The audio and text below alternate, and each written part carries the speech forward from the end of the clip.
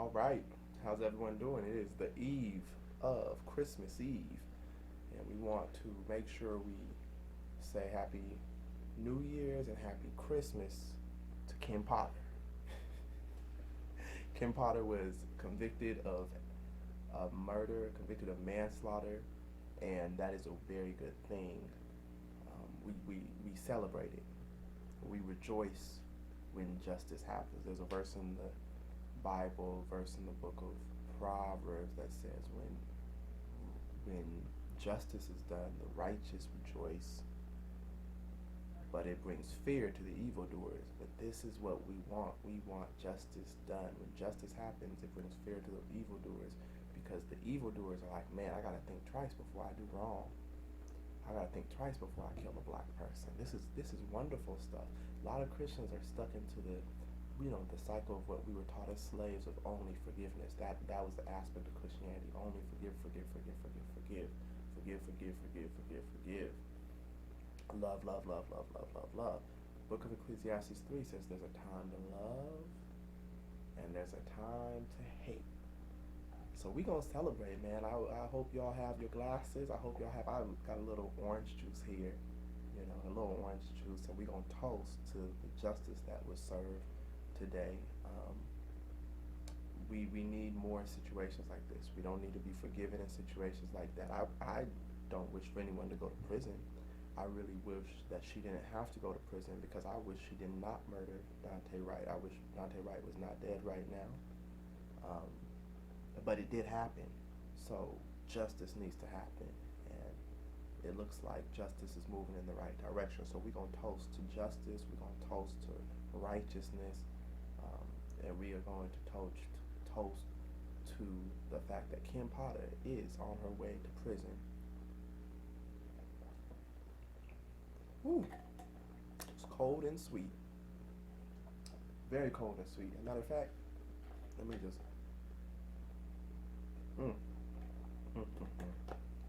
Justice is sweet. Justice is sweet, y'all.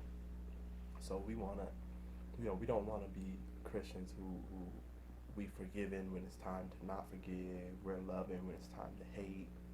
Right? Those are incorrect actions to be just sitting here trying to forgive. And Dylan Roof went into that church and murdered all those elderly black people. I'm talking about like elderly, like that's some real punk stuff to do. When he went in there and did that, there were so many black Christians talking about forgiving him, and that they were like, this isn't representative of all white people and stuff. It's not time to be talking about all white people. It's time to just be talking about what justice needs to be done. All right. And so I think more and more black Christians are getting to that point of understanding, hey, I don't have to do Christianity in a way where I'm just loving and forgiving all the time people who are hurting and oppressing me. I can still love God, and God told me it's a time to love and it's a time to hate. There's a time for war and there's a time for peace. So we want to acknowledge that. Shout out to the jurors who were able to come up with that type of conviction. We can't celebrate too much because, like I said, these individuals are already murdered. But let's look at a common theme with all these cases, man. All of these cases of accidents, it's almost as if they really feel, I'm starting to believe that these officers really believe they should get off. They're like, hey, we are within our right. I was in my right to shoot. I was in my right to kill George Floyd or kill Botham Jean or kill Tamir Rice. Like, we really thought he had a gun. Like, these accidents are very, very, when murders like this happen, which we hope they happen less, we hope they don't never happen again, but when these things happen, you have to not focus on the story that the white supremacist tells afterwards. There's always going to be a story. They murdered somebody, and they're going to be like, they're always going to have a story about what the victim didn't do. He didn't put his hands up when I said so. He tried to run away. We thought he had a gun. With Stephon Clark out here in Sacramento, they said they thought he had a gun. He just had his cell phone. They shot him, and then they sat there and watched him for, I think, about 10 or 15 minutes after, almost a half hour afterwards, actually. And they're like, I thought he had a gun. Yeah.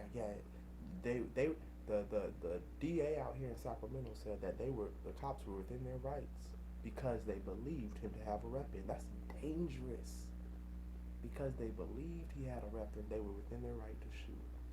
So when we have situations like this, when we have victories like this as black people, where somebody who murders one of us is sentenced to prison, we have to rejoice. That brings joy to the godly, joy to the righteous. It brings fear to the evildoers. So that's exactly what we want the evildoers to do. That's exactly what we want white supremacists to have, is fear of dealing with us unjustly. We could care less about their personal beliefs and how they feel at home about the blacks, and how they feel at home about the Negroes, how they feel at home and how they talk about us and all those type of things. But as long as they do not act on that injustice and act on those evil, then we can be okay. They can go and do whatever they want to do. All right. So black family, we gotta stand strong, and when we have justice, we gotta accept those W's. We got a W. We gotta accept those, and we gotta figure out and focus and concentrate on how do we make sure that these situations do not happen again. We gotta figure out how do we make the justice system. These trials that happen, man. These trials go on forever. They take forever.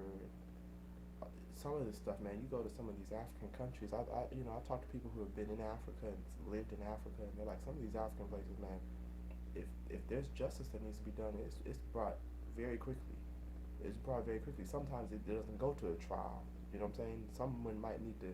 We don't need to put you away for years and years, and taxpayers are paying for somebody who murdered somebody. Sometimes it's like, hey, release them to the people. Let the people just determine what needs to happen. Because if the people really do rule the government, it's a lot, man. So we just giving rejoicing, and we just giving celebration right now. Merry Christmas to Kim Potter.